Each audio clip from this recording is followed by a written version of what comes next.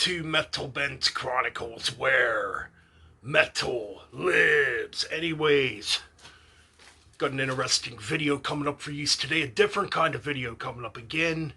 Trying to be a little different in some of my videos. You know, either or. I saw a couple videos going around here on YouTube within the last week or so by a couple awesome YouTubers, Injustice for Earl and George G's Rock Room. They did their videos on their top 25 favorite Iron Maiden tracks. Well, I'm going to be a little different in mine. So mine's a little different. So my list is going to be 25 Iron Maiden deep cuts. Yeah, I'm not going to do my top 25 Maiden tracks. Maybe down the road I might do it, but for now I'm going to do 25 Iron Maiden deep cuts that I feel, that have been ignored, maybe forgotten about, or have not been played live, or maybe played live in years. So let's get on with it right now. Coming in at 25, we got From the X Factor, Blood on the World's Hands. Man, I love this track.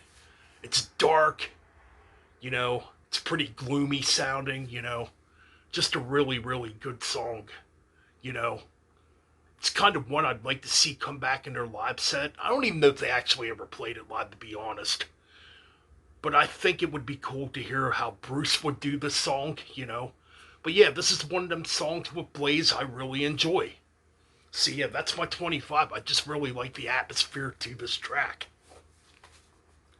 Coming in at 24, we go back to 2003's Dance of Death. Hard to believe that album is 20 years old. Or going to be 20 in September. But yeah, we got Passchendaele. Man, this track is absolutely awesome. It's my favorite from Dance of Death. It's just really, really epic. Overall, I think this track should definitely be in their live set. I'm not sure if they've ever played this one live. I mean, I can imagine they probably have. I just haven't really seen any footage, Or if I did, I kind of forgot about it.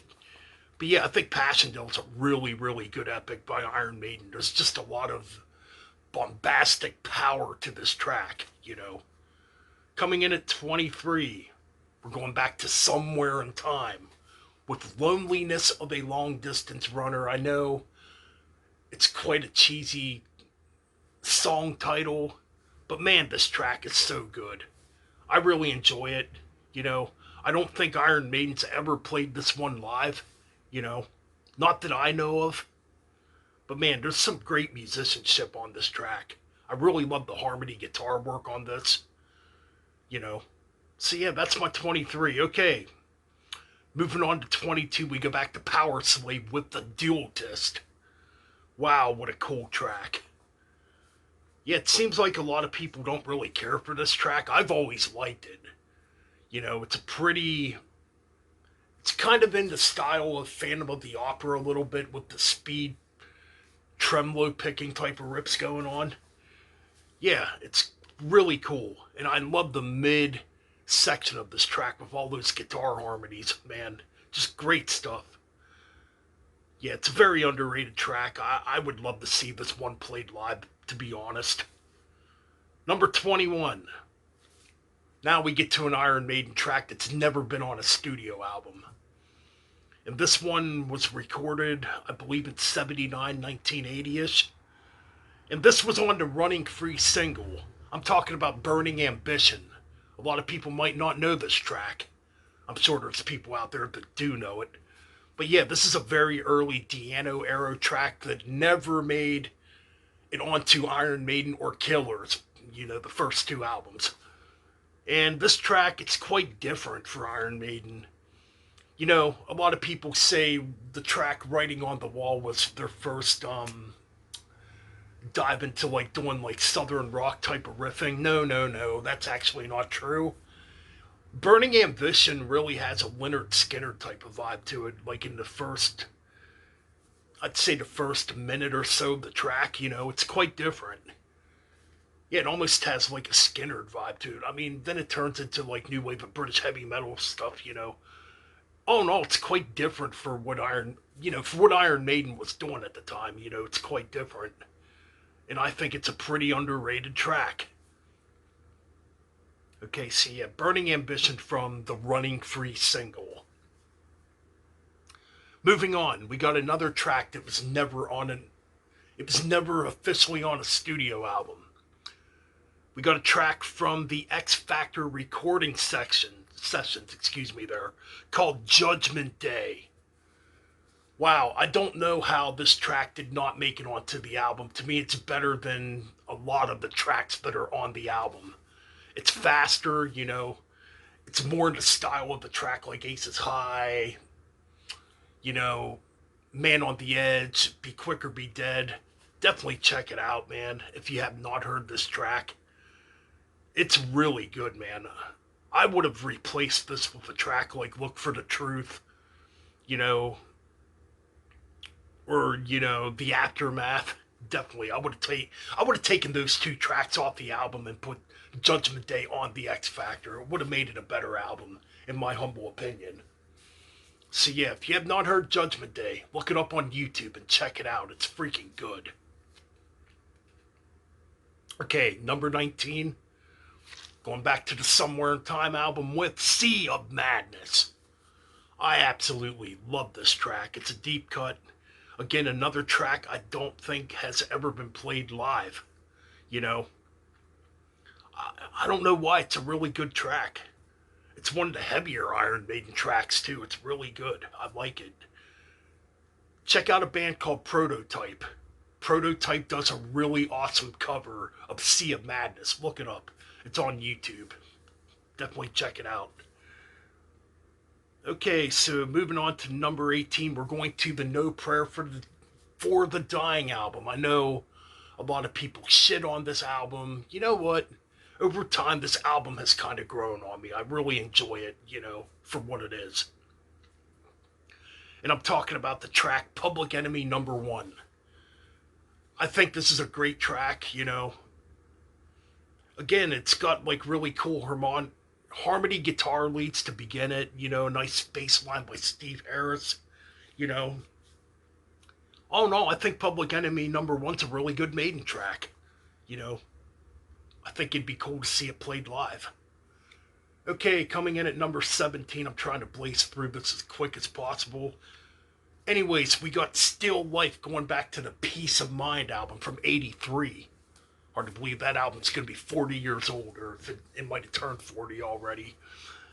Still Life is an underrated track. Actually, it's the very first Iron Maiden track I ever heard. Yes. I just absolutely enjoy this track. I think it's a really good deep cut. And the beginning of the track is really a prelude to what you would hear going into the future sound of Iron Maiden with that melodic bass intro, So yeah, Still Life is pretty good. It's a pretty good track, in my opinion.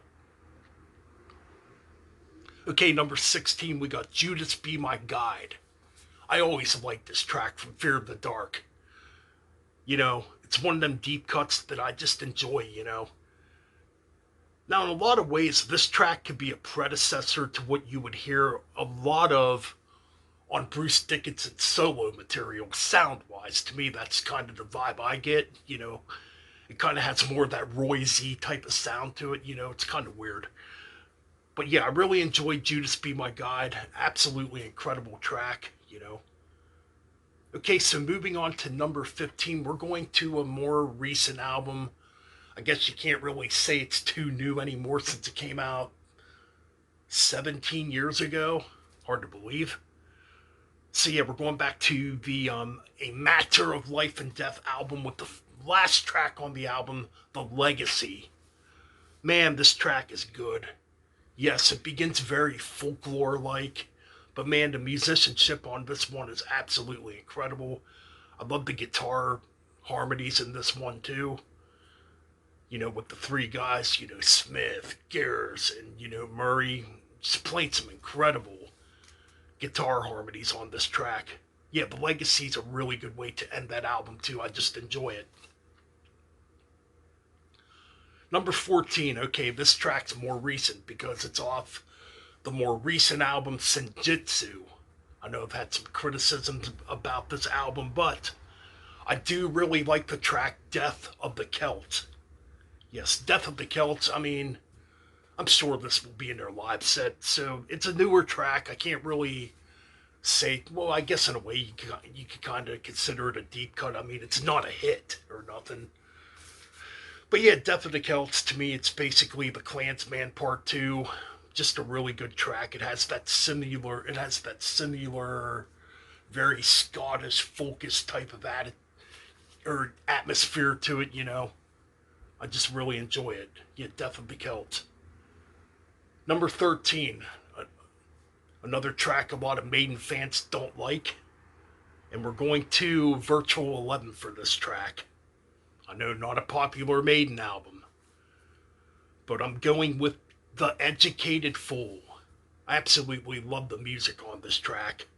Yeah, okay, Blaze's vocals don't really fit it, but I think Maiden should put this one in their live set because I can picture Bruce singing this one. I think Bruce would do a phenomenal job singing this track. So yeah, that's my number 13, The Educated Fool. Moving on, at 12, we're going all the way back to 1981 off the Killers album, and you're going to see quite a few of these tracks in here. Track 3 on here, Another Life. This is is it track 3 or track 4? Track 4, I apologize.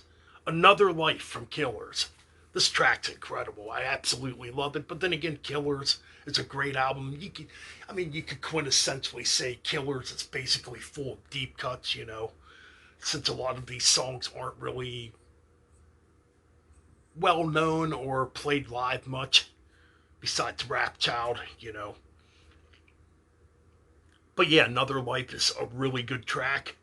One of those early Iron Maiden gems, you know, as far as I'm concerned. Okay, at number 11, we're going all the way back to the debut album with the opening track, Prowler. Man, this is easily one of my favorite Iron Maiden tracks. If I were to do a top 25 favorite tracks, Prowler would definitely be up there. Yeah, this one's got that raspy early Paul Di'Anno vocal delivery. It does kind of have that punky vibe to it, you know, why I like it, you know.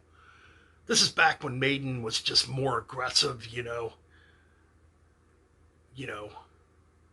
and a lot more energetic, I guess you could say. But man, this track is absolutely incredible and a great opener to that debut album. Yes, Prowler coming in at number 10, or number 11 here. Number 10, we're going back to Fear of the Dark with The Fugitive. Another track I absolutely enjoy. I think this is an incredible track, you know. Again, it's another track that a lot of people don't talk about. I'm not even sure if they've ever played this one live either, you know. I guess there's only one way to find out. There's one way to find out. Look it up on YouTube. But yeah, The Fugitive, I really like this track, you know. I think the movie's absolutely incredible too, and it's based on that movie. So yes. Number 9, going all the way back to No Prayer for the Dying, the final track on that album, Mother Russia. Man, this is just epic.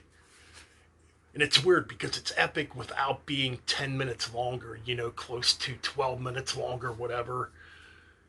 But man, I really like the atmosphere in Mother Russia. I think it's got some incredible riffs, you know. Just a great track. Number 8, we got Twilight Zone from Killers. Now, this was originally not on some versions of Killers. Now, this track's a short little track and it's just to the point, but man, it's such a good track. I absolutely enjoy Twilight Zone. You know, it's, again, another one of those early punkier sounding Di'Anno tracks, you know. And Paul Di'Anno does a really incredible high-pitched scream on this track too, man. It's just good stuff. Number 7, going back to Somewhere in Time with Deja Vu. Yes, Deja Vu. Another track, man, that I think's incredible. This one has a different type of vocal delivery by Bruce Dickinson. It's kind of raspy. I know a lot of people don't like when he does the raspier voice, but he does some incredible high-pitched vocals on this track, too. I just think this is one of them underrated Iron Maiden tracks. A little fast-paced, too, you know. Again, another one of those tracks, you get some freaking incredible gallops in it, some great guitar solos, great harmonies, you know. It's just an underrated track. Number 6, going back to the Number of the Beast album. Now, one of their obviously most popular albums, but I went with The Prisoner, based on that classic 1960s TV show. I've always loved this track. I am not a number, I am a free man, you know. The Prisoner is just awesome. I absolutely love this track. It's kind of weird when I see certain people talk about this album. For some reason, they put this track as one of the weaker tracks. Don't get why. I think it's incredible. It's probably my favorite track, honestly, off of Number of the Beast. So yeah, great track. Number 5, we got Murders in the Rue Morgue, going all the way back to the Killers album. Great song. You know, this one, you know, begins pretty melodic, but then it turns pretty fast and punky. You know, it's got that early Pauliano delivery, you know, just a great track, you know. Yeah, another track that's just like, you know, upbeat and energetic, you know. I kind of wish Maiden would go back to more of that songwriting style, you know, a little more upbeat, a little more energetic, you know. Anyways, coming in at number 4, going all the way back to the debut album, and I'm pretty sure I've never seen them play this one live. I'm talking about Charlotte the Harlot. You know, basically the beginning of a conceptual piece that has 3 or 4 parts to it, beginning with Charlotte the Harlot, obviously. So yeah, this is a pretty underrated track too, you know. I really like the part in the song where it kind of mellows out and it gets faster, you know. Just a really good, energetic, early Iron Maiden track too. Number 3, going back to Peace of Mind with the track Sun and Still. This track's absolutely awesome, man. What more could be said? Just an incredible track. Yeah, man. I absolutely love the galloping riffs in this track. You know, it's got a really good vibe going on. And I don't think this track has ever been played live. A shame. I think it should be played live. Okay, number 2. And yes, I do consider this a deep cut, because I don't think Maiden has played this one live since probably the Seventh Son tour. I'm talking about the title track, Seventh Son of the Seventh Son, you know. One of Maiden's best epics, in my opinion. I mean, just an absolutely incredible track. Man, I mean, yeah, lyrically, there's not really much going on. I guess this is the beginning of that repeating the choruses over and over, too, which a lot of people don't like. And I get it, gets redundant and overdone as time goes on, but at the time, it sounded great. And man, I just love the way this track ends when it speeds up. Holy crap, you get some incredible guitar work by Adrian Smith and Dave Murray at the end of this track, you know. Steve Harris always delivers, you know, and you know, it's a great track, and I love the part in the middle too where it slows down and has that creepy atmosphere to it. You know, it's just good stuff. Number 1, going back to No Prayer for the Dying, the opening track, and I know they have not played this track live since around that period. I'm talking about Tel Gunner. Man, Tel Gunner is such a good track, you know. Anybody that says No Prayer for the Dying is a completely terrible album, go back and listen to it. It's got some good stuff on it. And Tel Gunner is definitely one of those tracks. It's faster. You know, it's a great way to begin that album. You know, it's got that typical Iron Maiden sound, you know. It's just good stuff. Yeah, check out Tel Gunner and go back and revisit No Prayer for the Dying. Actually, go back and check out a lot of these tracks if you've forgotten about them, yes. Anyways, that's my top 25. When it comes to deep cuts by Iron Maiden, check those songs out. I know this video is probably going a little long, but hey, it is what it is. Anyways, like, comment, subscribe. We're getting very close to 700 subscribers. I'd like to hit that very soon here on the channel. So yeah, keep it metal and keep it real and keep on banging those heads.